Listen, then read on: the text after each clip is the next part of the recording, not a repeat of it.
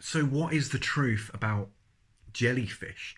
The reason I want to talk about jellyfish is because they reveal something, I feel, to us that many other creatures don't.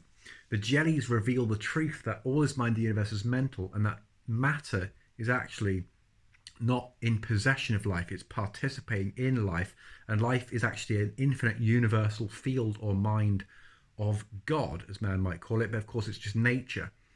When we look out into nature, we tend to forget that mind is involved in that process because we think that's kind of like a local thing that's conceived or received by the brain. But it's actually an infinite field that we're receiving, and indeed that's what Kabbalah means. So when we look at sort of life forms, normally they're very dense, very opaque, and very solid, and it seems like the life is very much contained within them, because that's simply how it appears to our perception. But when you see the jellies, you can see that really there's nothing in there. There's nothing to it. And so, actually, similarly, if a human being is unfortunate enough to experience hydrocephalus, which is sort of a condition in which the brain matter is largely lost, and it's mostly fluid, it's mostly water or cerebrospinal fluid, and yet they're still like living their life. Okay, their lives are shortened, but when they are actually alive, they can live and study and go to school and university, etc. And so when we look at a jelly, similarly, we can see more clearly what David Bowie is saying, for example, which is like, don't you know, in his song Wild of the Wind, don't you know that your life itself, life isn't something we possess, it's something we participate in and we witness. So we're ultimately living in a universal, infinite field of mind. And that's really what's communicating with you now. We're all a part of this. We're all a part of nature. It's not something that exists out there. It's intrinsically one at its core. And this is the secret that's revealed once you illuminate the Ajna chakra and pierce the seventh seal and pierce the illusion of matter. You begin to realize that you are spirit. Spirit is invisible nature, and nature is visible spirit. When we look out into nature and we see these animals, it looks like that they're animated locally, like the brain is somehow animating them, but the brain is really just receiving the universal mind. And if you're familiar with the Kabbalistic concept of Simsam, you'll see this sort of like increasingly lowered vibration. You think of as distortion in space and time as the mind becomes more and more localized to the matter. There's a connection built between, say, the Atman and the Sthula Sharira, to sort of like cite some of the ancient Hindi Upanishad texts and philosophical thinking. So really, like the jellies kind of reveal to us this truth that this sort of field in which we live, this space-time fabric, what we sort of look out and just think of as air that we breathe. But as they say in Matrix, do you really think that's air you're breathing? No, it's not air. You're breathing life itself. As Alan Watts said, are we breathing or are we being breathed? It's very much an inversion. We tend to think here, we tend to point within, like the life form is indeed here, but the life itself is invisible to the human eye, and actually it becomes visible when you expand your consciousness through whichever means is most appropriate to you. For a kind of shortcut, you might think of taking certain recreational drugs, but of course that's not required whatsoever. If you begin to meditate, which doesn't involve necessarily sitting down in lotus and just sort of, with certain mudras like this, and sitting there for an extended period of time, like you can do it cycling, you can do it doing the dishes, you can do it. It's simply a way of thinking that stimulates the mind. Meditation really is sort of a word that could be used akin to exercise. There's different forms of exercise.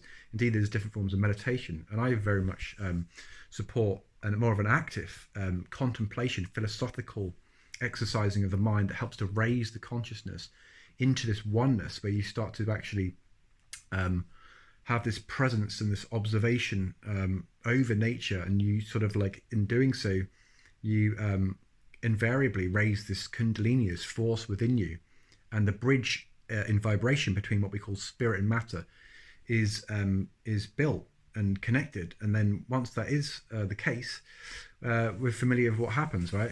Through films like The Matrix and various other documentaries or films that speak to awakening, if not in a sort of secretive way almost, because they're obviously produced by certain forces in the world. But the jellies, for me, they show really what's happening, and it becomes more and more clear that your brain, you're not your brain, you're not your body, You're actually an infinite awareness that's experiencing itself subjectively through a multitude of perspectives, an infinite array of perspectives. All the frog spawn out there, like that's another thing in the BBC Green Planet reveals. Like the frog spawn individually is aware of a threat from outside itself at that stage of development, which is simply just goo at that point.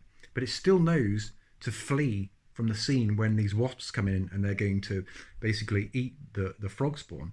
But there's some tadpoles, you can see them wrinkling out and they jump out and they fall into the lake below. And like that intelligence is not within that sort of like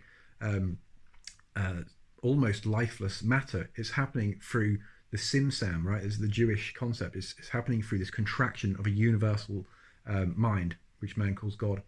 But anyway, I thought I'd just do a quick video on some jellyfish. Why not? I'm ultimately hoping to try and raise human consciousness. That's really why I'm making these videos.